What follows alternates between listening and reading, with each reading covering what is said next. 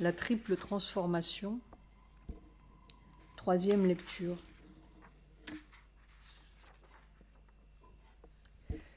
Lorsque la déchirure se produit dans l'écran du mental, ce qui arrive, c'est que la vision s'ouvre sur quelque chose au-dessus de nous, ou que l'on s'élève vers cette chose, ou que ses pouvoirs descendent dans notre être. Et lorsque la vision s'ouvre, ce que nous voyons au-dessus de nous, c'est un infini, une présence éternelle ou une existence infinie, une infinitude de conscience, une infinitude de félicité, un moi sans limite, une lumière sans limite, une puissance, une extase sans limite. Il se peut que, pendant longtemps, on n'obtienne rien d'autre qu'une vision occasionnelle, fréquente ou constante de cet infini, et que l'on ait une soif, une aspiration, sans plus. Car bien que quelque chose dans le mental, le cœur ou d'autres parties de l'être se soit ouvert à cette expérience, la nature inférieure dans son ensemble reste encore trop lourde et trop obscure pour autre chose. Mais au lieu de cette première et large prise de conscience d'en bas, ou la suivant de près, il peut y avoir une ascension du mental vers les hauteurs au-dessus. Il se peut que nous ne connaissions pas ou que nous ne discernions pas clairement la nature de ces hauteurs, mais certains effets de cette ascension se font sentir. Souvent aussi, nous avons le sentiment d'une ascension infinie et d'un retour, mais aucune trace ou aucune traduction ne reste de cet état supérieur. Il en est ainsi parce que cet état est supraconscient pour le mental, et par conséquent, quand le mental s'élève jusque-là, il est tout d'abord incapable d'y conserver son pouvoir de discernement conscient et de définir l'expérience. Mais quand ce pouvoir commence à s'éveiller et à agir, quand peu à peu le mental devient conscient dans ce qui pour lui était supraconscient, alors commence une connaissance et une expérience des plans supérieurs de l'existence. Cette expérience concorde avec ce qui nous a été apporté par la première ouverture de la vision. Le mental s'élève et pénètre dans le plan supérieur du moi pur, silencieux, tranquille, illimité. Ou il monte dans des régions de lumière ou de félicité, ou entre en des plans où il sent un pouvoir infini ou une présence divine, ou bien il sent le contact d'un amour divin ou d'une beauté divine, ou l'atmosphère d'une connaissance plus vaste et plus grande, plus lumineuse. Au retour, l'impression spirituelle subsiste, mais le souvenir mental est souvent confus, et il ne reste qu'une mémoire vague ou fragmentaire. La conscience inférieure, d'où l'ascension est partie, retombe à ce qu'elle était, et n'y a gagné qu'une expérience dont elle ne se souvient pas, ou, si elle s'en souvient, c'est une expérience qui a perdu tout son dynamisme. Avec le temps, l'ascension se fait à volonté et la conscience retient et ramène avec elle quelque effet ou quelque gain de son séjour temporaire dans ces régions supérieures de l'esprit. Pour beaucoup de gens, ces ascensions se produisent en état de transe, mais il est tout à fait possible de les faire dans un état de concentration et de la conscience de veille, ou quand cette conscience est devenue suffisamment psychique, à n'importe quel moment et sans concentration, par une attraction vers le haut ou une affinité. Mais malgré leur puissance illuminatrice, extatique ou libératrice, ces deux sortes de contacts avec le supraconscient sont par eux-mêmes d'une efficacité insuffisante. Pour la complète transformation spirituelle, il faut davantage. Une ascension permanente de la conscience inférieure jusqu'à la conscience supérieure et une descente effective et permanente de la nature supérieure dans la nature inférieure. C'est le troisième mouvement, le mouvement de descente, qui est essentiel pour amener l'ascension permanente. Un influx croissant d'en haut et l'expérience qui consiste à recevoir et à retenir l'esprit qui descend ou ses pouvoirs et les éléments de sa conscience. L'expérience de cette descente peut se produire à la suite des deux autres mouvements, ou venir automatiquement avant qu'aucun d'eux ne se produise grâce à une déchirure soudaine dans l'écran, ou grâce à une infiltration, un influx ou une irruption. Une lumière descend, touche, enveloppe ou pénètre l'être inférieur, le mental, la vie ou le corps. Ou bien une présence, un pouvoir, un flot de connaissances se déverse en vagues ou en torrents. Ou encore l'être est inondé de félicité, saisi d'une extase soudaine, le contact avec le supraconscient s'est établi. Et ces expériences se répètent jusqu'à ce qu'elles soient devenues normales et familières, jusqu'à ce qu'elles soient bien comprises et révèlent leur contenu, leur signification, qui pouvait être ensevelie tout d'abord et gardée secret derrière la forme de l'expérience qui les recouvre. Une connaissance d'en haut commence en effet à descendre, d'abord fréquemment, puis à tout moment, puis de façon ininterrompue, et à se manifester dans la quiétude ou le silence du mental. Les intuitions et les inspirations, des révélations nées d'une vision plus grande, d'une vérité et d'une sagesse plus haute, entrent dans l'être. Un discernement lumineux et intuitif est à l'œuvre, qui dissipe toute obscurité de compréhension ou toute confusion aveuglante et qui met tout en ordre. Une nouvelle conscience commence à se former. Un mental capable d'une haute et vaste connaissance intellectuelle, existant en soi, ou une conscience illuminée, intuitive ou surmentale, avec de nouvelles forces de pensée ou de vision et un plus grand pouvoir de réalisation spirituelle directe qui dépasse la pensée ou la vision, un plus grand devenir dans la substance spirituelle de notre être actuel. Le cœur et les facultés de perception deviennent subtiles, intenses, assez vastes pour embrasser toute existence, pour voir Dieu, pour sentir et entendre et toucher l'Éternel, pour atteindre une unité plus profonde et plus étroite entre le moi et le monde, dans une réalisation transcendante. D'autres expériences décisives, d'autres changements de conscience se précisent qui sont des corollaires et des conséquences de ce changement fondamental. À cette révolution, on ne peut fixer aucune limite, car essentiellement c'est une invasion de l'infini. Ainsi s'accomplit le processus de la transformation spirituelle, petit à petit, ou par une succession de grandes expériences rapides et définitives. Il s'achève et trouve son couronnement dans une ascension qui se répète souvent et qui permet, finalement, à la conscience de se fixer sur un plan plus élevé, d'où elle peut voir et gouverner le mental, la vie et le corps. Il s'achève aussi par une descente croissante des pouvoirs d'une conscience et d'une connaissance supérieure qui remplacent de plus en plus totalement la conscience et la connaissance normale.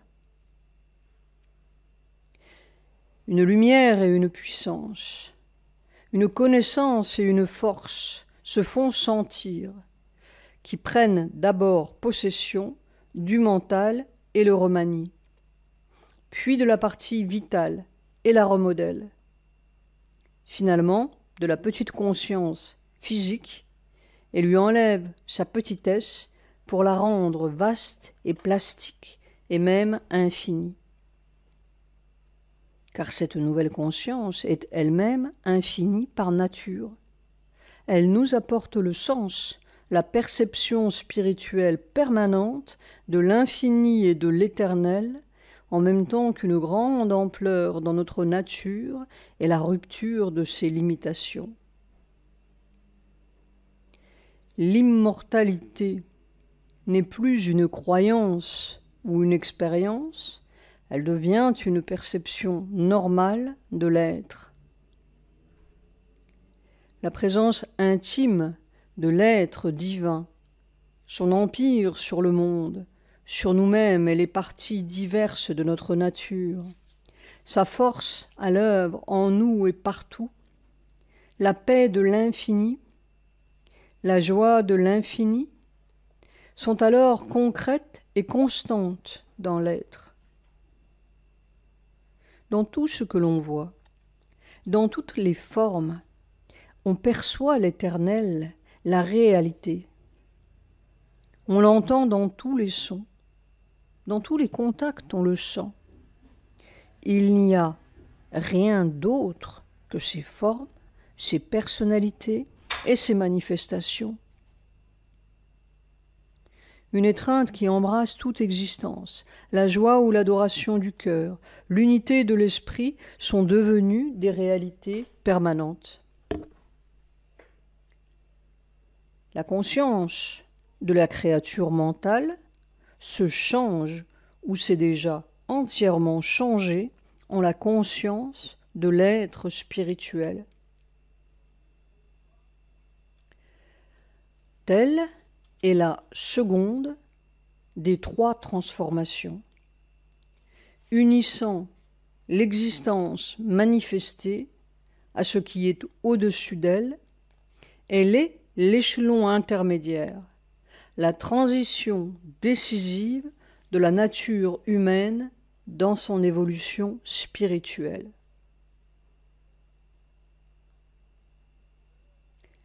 Si dès le début, l'esprit pouvait rester à l'abri sur les hauteurs supérieures, et s'il avait affaire à une substance mentale et matérielle blanche et vierge, la transformation spirituelle complète pourrait être rapide et même facile.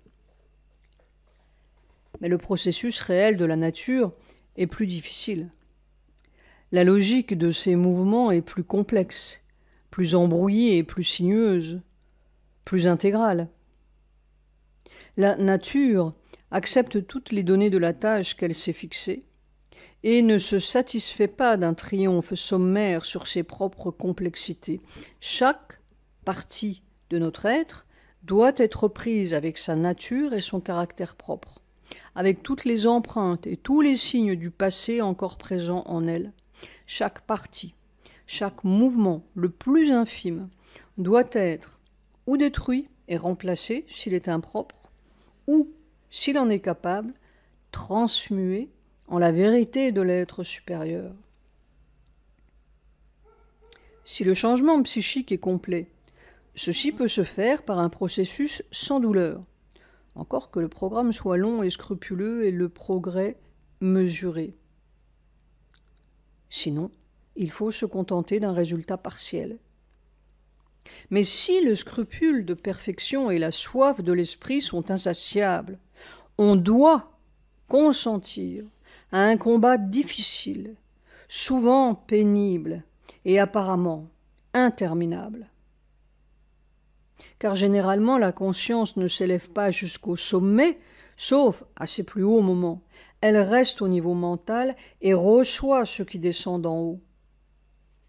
C'est parfois une descente unique de quelque pouvoir spirituel qui s'établit et façonne l'être pour en faire quelque chose où l'esprit prédomine.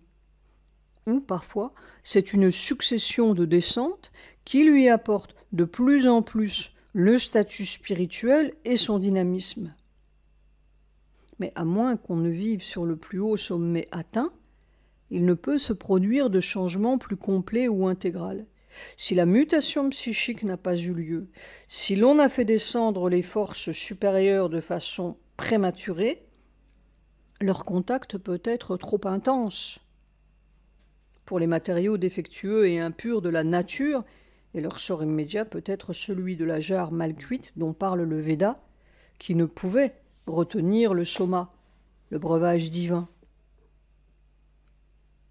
Il se peut aussi que l'influence qui descend se retire, ou bien qu'elle soit gaspillée parce que la nature ne peut ni la contenir, ni la garder. Ou encore, si c'est la puissance qui descend, le mental et le vital égoïste peut essayer de s'en saisir à ses propres fins, ce qui a pour résultat fâcheux une exaltation de l'ego ou une chasse au pouvoir et aux maîtrises qui agrandissent le moi. L'ananda qui descend ne peut être gardé s'il y a trop d'impuretés sexuelles créant un mélange toxique et dégradant. Le pouvoir se retire s'il y a de l'ambition, de la vanité ou quelque autre forme agressive du moi inférieur. La lumière s'efface s'il y a l'attachement pour l'obscurité ou pour toute autre forme de l'ignorance. La présence disparaît si la chambre du cœur n'a pas été rendue pure.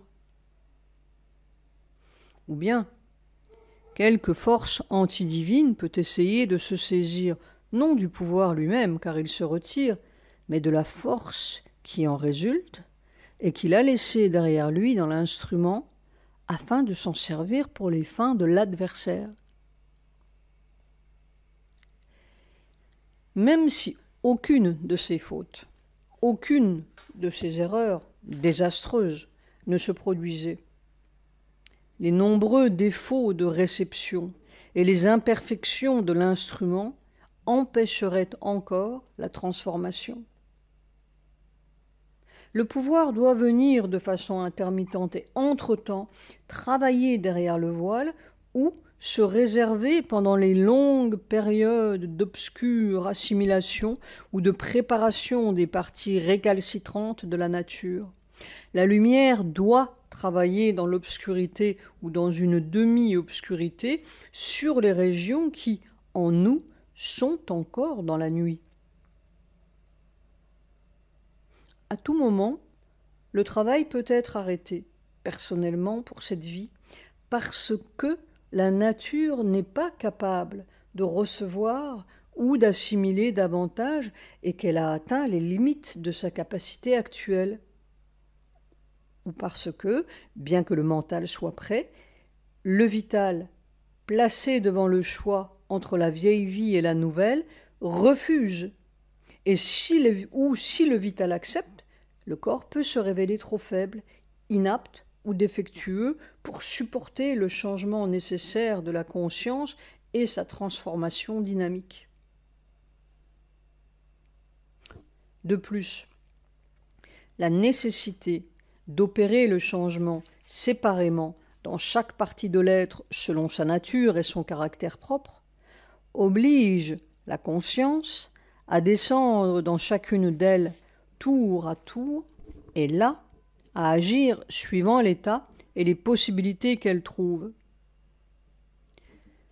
Si le travail se faisait d'en haut, de quelque sommet spirituel, il pourrait se produire une sublimation ou une élévation ou la création d'une structure nouvelle par la seule force de l'influence d'en haut.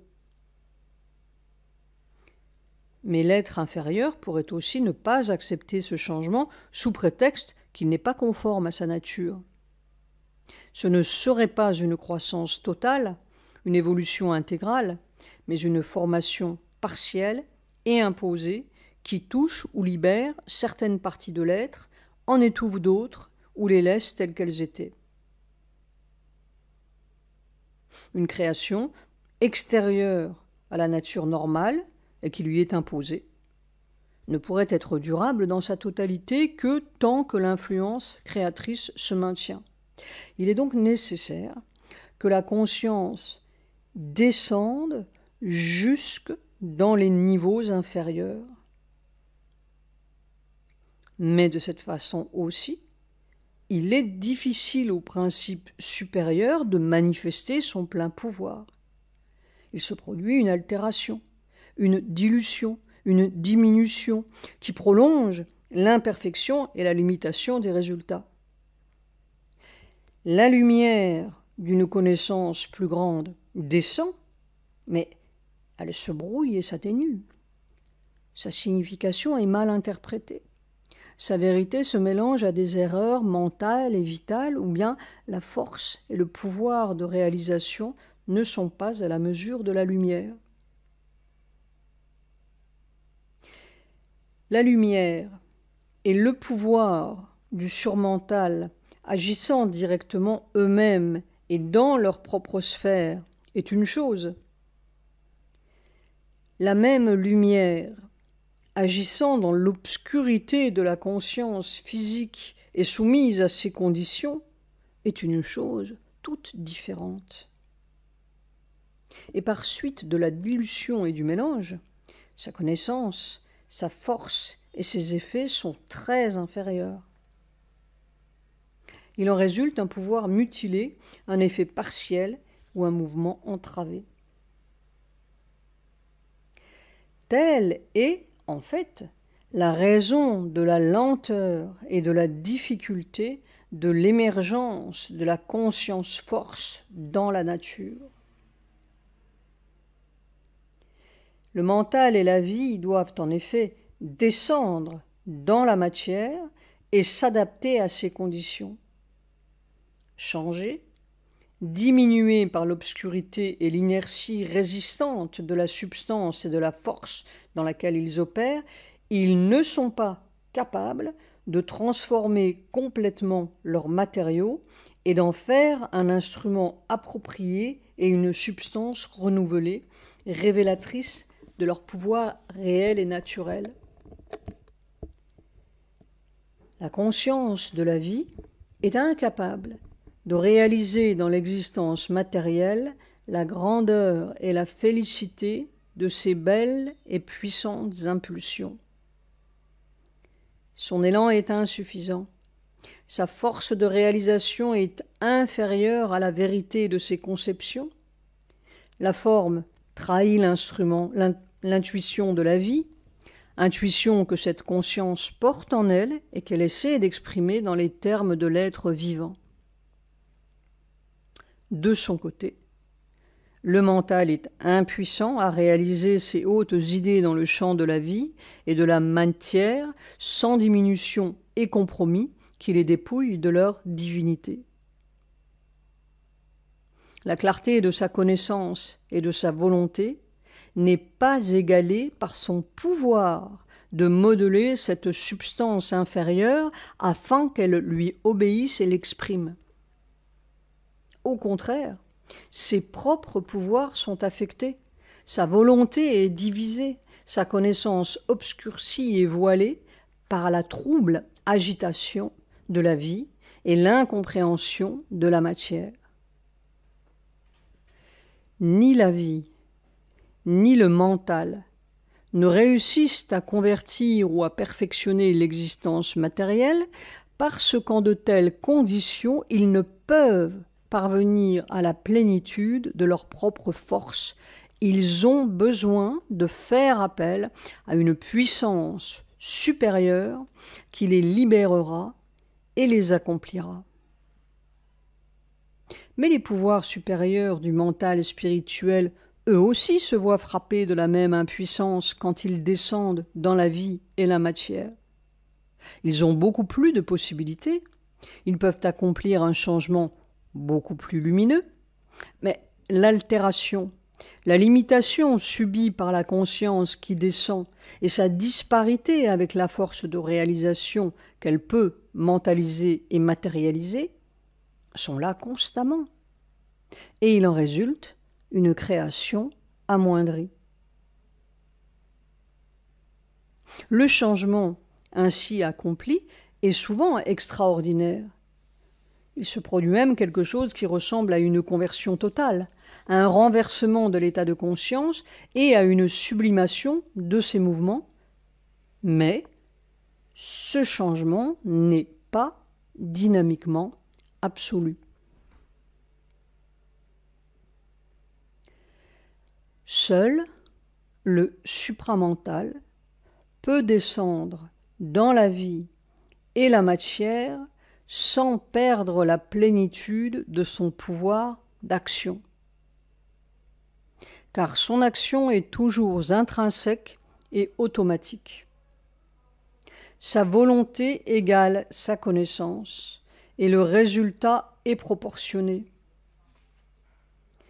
Sa nature est une conscience de vérité qui s'accomplit spontanément, et s'il se limite lui-même ou s'il limite son action, c'est par choix et avec intention, non par contrainte. Dans les limites qu'il s'est choisies, son action et les résultats de son action sont harmonieux et inévitables. Quant au surmental, c'est un principe de division comme le mental, et son action caractéristique est d'élaborer une harmonie choisie au sein d'une forme indépendante. Certes, son action globale lui permet bien de créer une harmonie complète et parfaite en soi, ou d'unir ou de fondre les harmonies ensemble, de faire une synthèse. Mais son travail étant soumis aux limitations du mental, de la vie et de la matière, il est obligé de procéder par sections qu'il doit joindre ensuite. Sa tendance à la totalité est entravée par sa tendance sélective qui est accentuée par la nature des matériaux du mental et de la vie dans lesquels il travaille ici-bas. Tout ce qu'il peut accomplir, ce sont des créations spirituelles séparées et limitées, chacune parfaite en soi, mais ce n'est pas la connaissance intégrale, ni sa manifestation. Pour cette raison, et parce que sa lumière et sa puissance native sont affaiblies, le surmental est incapable de faire pleinement ce qui est nécessaire, et il doit faire appel à un pouvoir plus grand, la force supramentale, qui le libérera et l'accomplira. De même que le changement psychique doit faire appel au changement spirituel pour se parachever, de même, le premier changement spirituel doit faire appel à la transformation supramentale qui le complète. Car toutes ces étapes sur la route, comme celles qui les ont précédées, sont des étapes de transition. Le changement radical et total dans l'évolution qui s'accomplit depuis une base d'ignorance jusqu'à une base de connaissance ne peut se produire que par l'intervention de la puissance supramentale et de son action directe dans l'existence terrestre. Telle doit donc être la nature de la troisième et finale transformation, celle qui achève le passage de l'âme à travers l'ignorance et établit sa conscience, sa vie, son pouvoir et la forme de sa manifestation sur une connaissance de soi complète et complètement efficace. Lorsque la nature évolutive est prête, la conscience de vérité doit descendre en elle et lui permettre de libérer le principe supramental qu'elle contient. Ainsi sera créé l'être supramental et spirituel, première manifestation dévoilée de la vérité du moi et de l'esprit dans l'univers matériel. Fin du chapitre 3.